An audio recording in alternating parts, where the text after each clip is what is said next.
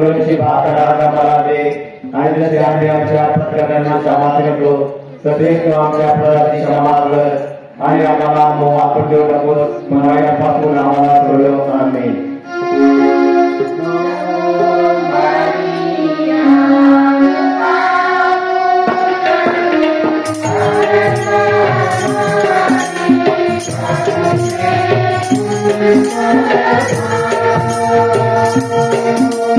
पावन मरिया देव माता तू आमात बबिलव आता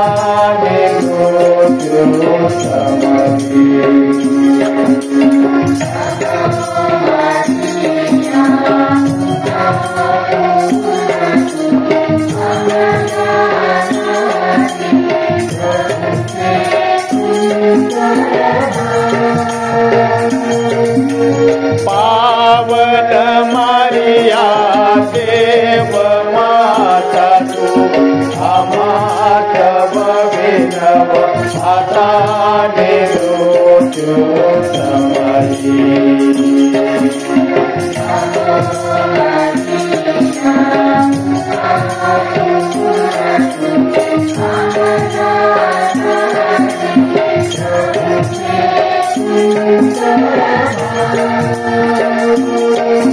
पावन मरिया देव माता तू आमात बबिलव आता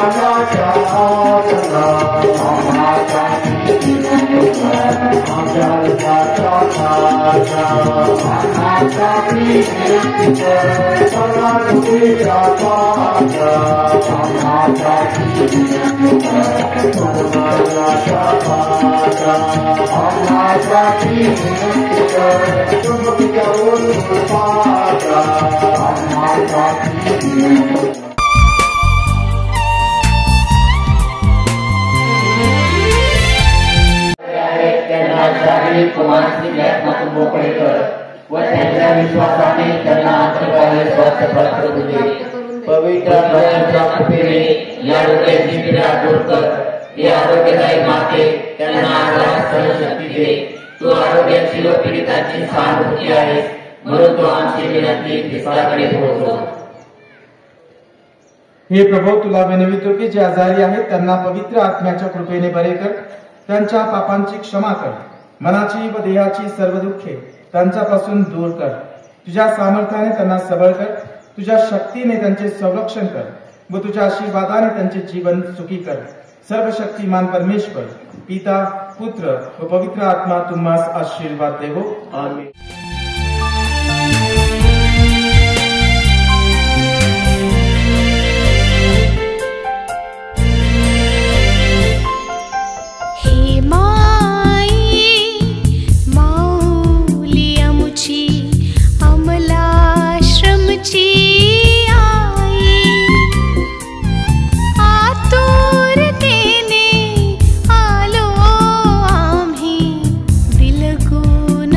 सो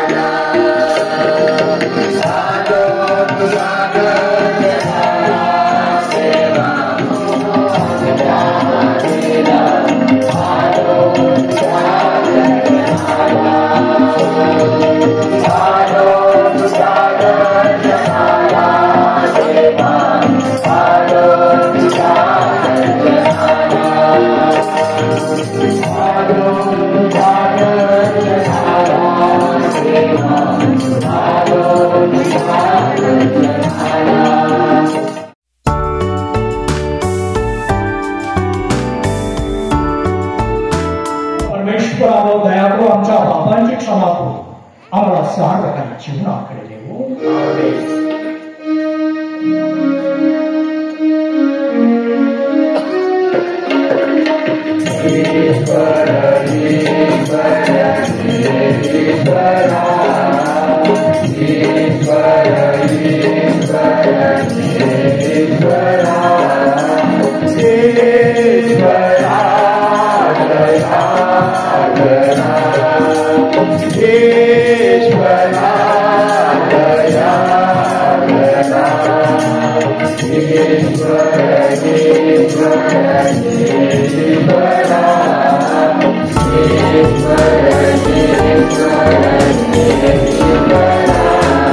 आपण प्रार्थना करूया.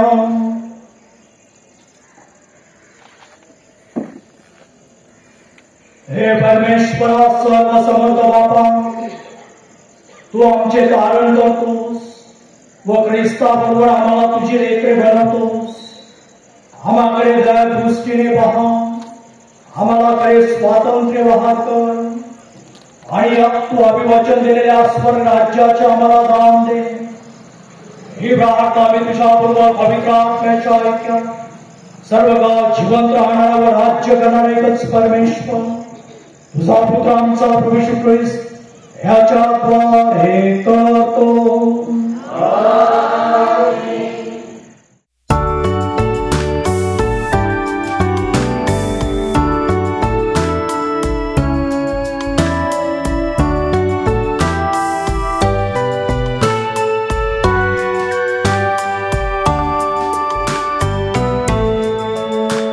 दोन दिवसापूर्वी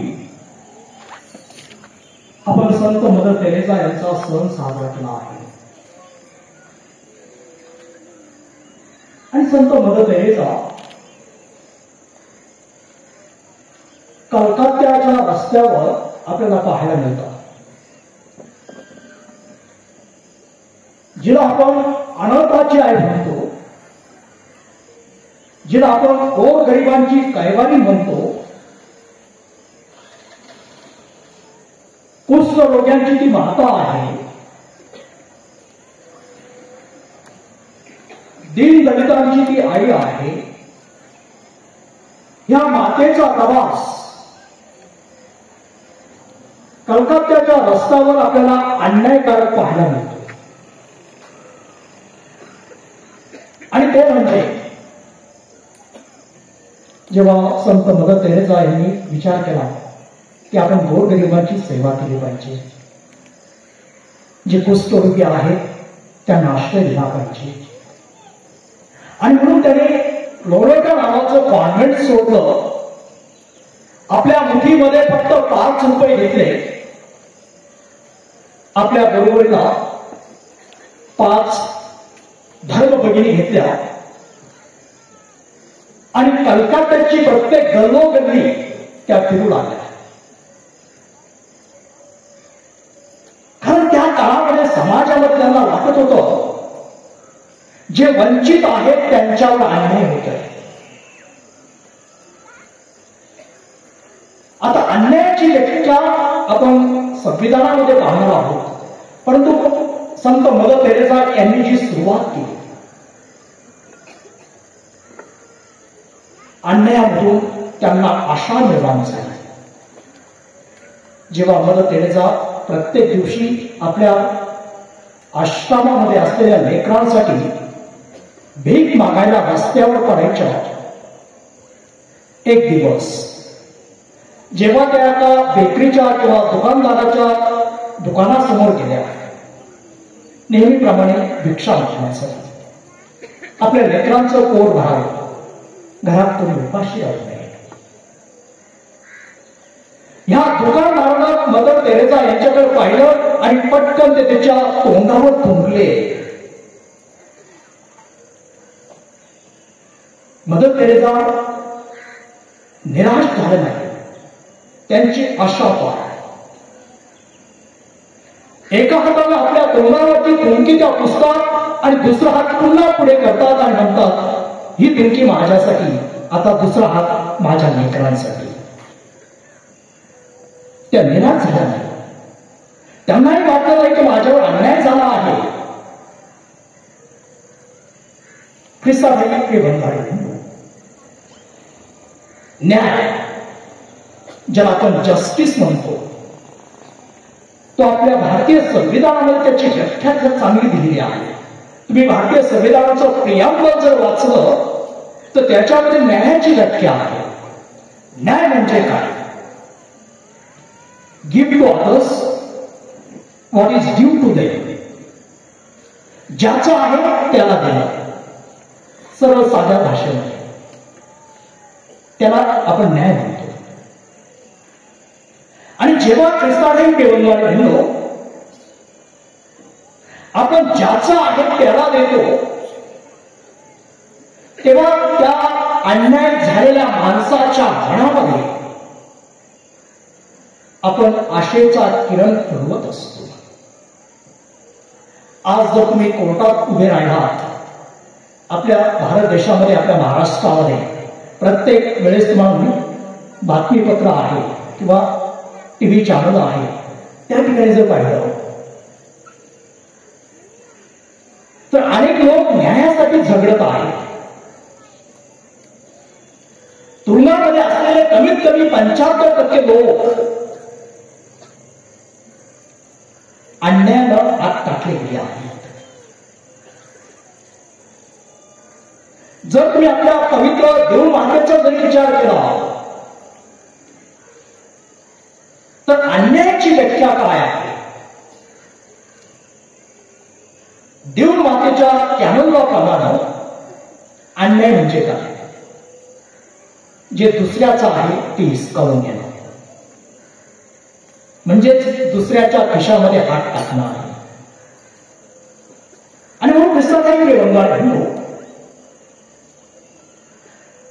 आपल्या अन्यायावर देखील आम्हाला आशा धरायला शिकवणारा एक मोठा पवित्र शास्त्रामध्ये व्यक्ती आहे आणि तो म्हणजे योग. योग काय म्हणतो? मला ठाऊक आहे की माझा उद्धारक जिवंत आहे, तो अंती पृथ्वीवर उभा राहील. ही माझी त्वचा छंद विच्छिन्न झाली तरी त्या देवाला देहविरत पाहिजे. योगाची गोष्ट सर्वांनाच ठाऊक आहे. परमेश्वराला त्या योगाच्या पाठीपोटी दिलं. नोकर चाकर आहेत, धन संपत्ती आहेत, लेकरं बाळा आहेत, परंतु परमेश्वराला हा सैतान सांगतोय, जो अन्यायाचा सम्राट आहे, तो परमेश्वराला सांगतोय की परमेश्वरा त्याच्या त्वचेला तू हाकला, त्याच्या जीविताला तू हाकला, आणि मग तुझा विश्वासू दास तो आहे की नाही, तुझ्यावर आशा ठेवणारा तो आहे की नाही ते पहा. परमेश्वर सैतानाला परवानगी देतो. कारण परमेश्वराला पूर्णपणे आशा होती, परमेश्वराला पूर्णपणे ठाऊक होतं की यो माझा हा विश्वासू दास आहे. लेकरं बाळं गेली, धनसंपत्ती गेली, नोकर चाकर गेली, आणि शेवटी काय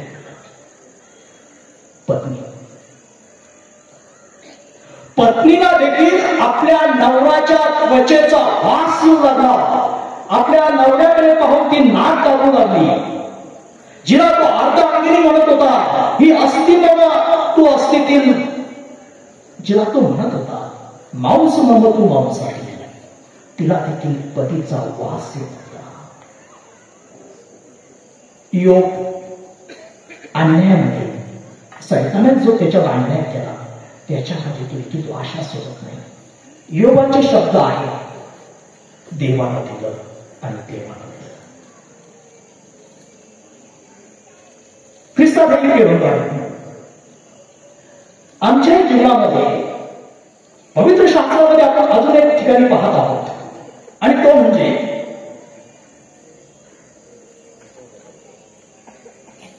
योहाना वर्तमान अध्याय 5 वचन 24. ख्रिस्त काय म्हणतो, जो माझं वचन ऐकतो आणि ज्याने मला पाठवले त्याच्यावर विश्वास ठेवतो त्याला सार्वकालिक जीवन प्राप्त होईल. त्याच्यावर न्यायाचा प्रसंग येणार नाही, म्हणजे त्याच्याबरोबर अन्याय होणार नाही. केव्हा?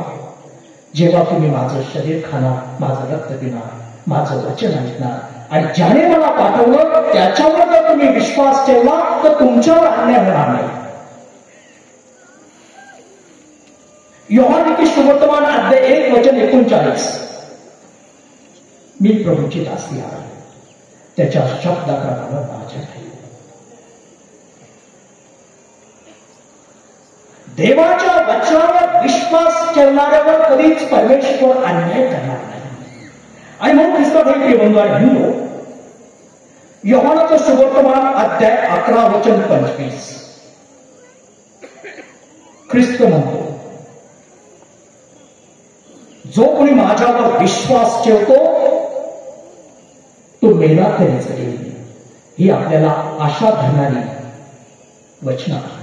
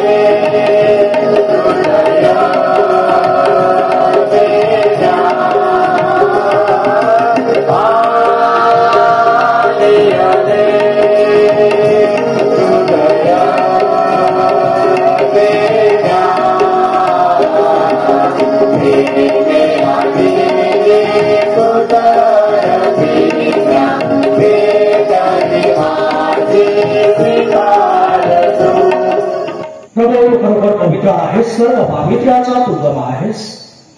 ही दान आमच्यासाठी आमच्या प्रभू ख्रिस्ताचे शरीर आणि रक्त व्हावीत म्हणून तू त्यांच्यावर दरवर्षाप्रमाणे तुझा पवित्र आत्मा पाठव. जेव्हा प्रभू श्री ख्रिस्ताचा विश्वासघात करण्यात आला आणि तो स्वेच्छेने दुःख भोगायला सामोरे गेला, तेव्हा त्याने भाकर घेतली, आभार मानून ती मोडली, ती आपल्या शिष्यांना दिली आणि म्हटले, तुम्ही सर्वजण ही घ्या आणि खा, कारण हे माझे शरीर आहे, हे तुमच्यासाठी अर्पले जाईल. हे माझा स्वामी, हे माझा देवा.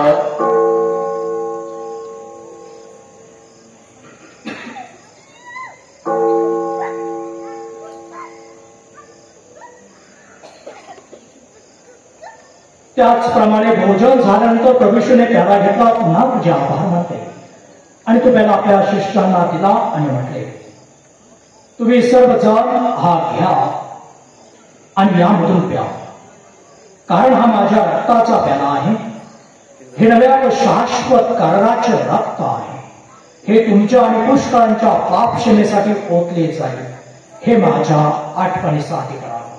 हे माझा स्वामी, हे माझा देवा.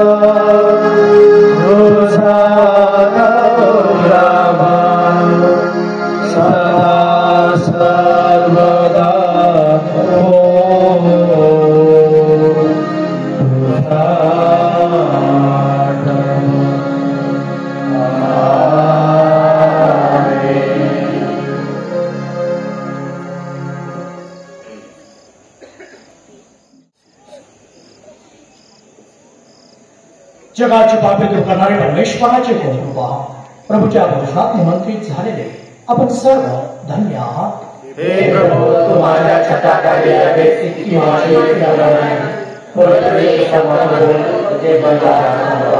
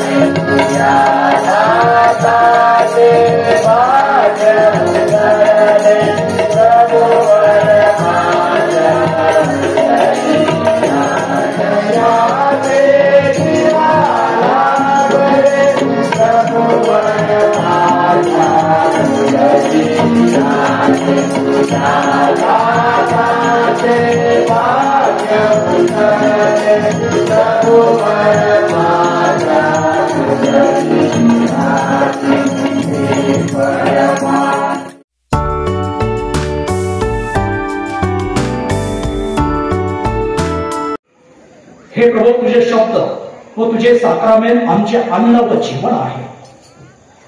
तुझ्या पुत्राकडून मिळालेले हे दान आम्हाला सार्वकालिक जीवनात सहभागी होण्यास समर्थ करू. ही प्रार्थना मी आमच्या प्रभू ख्रिस्ताद्वारे करतो. प्रभु तुम्हाबरोबर असो.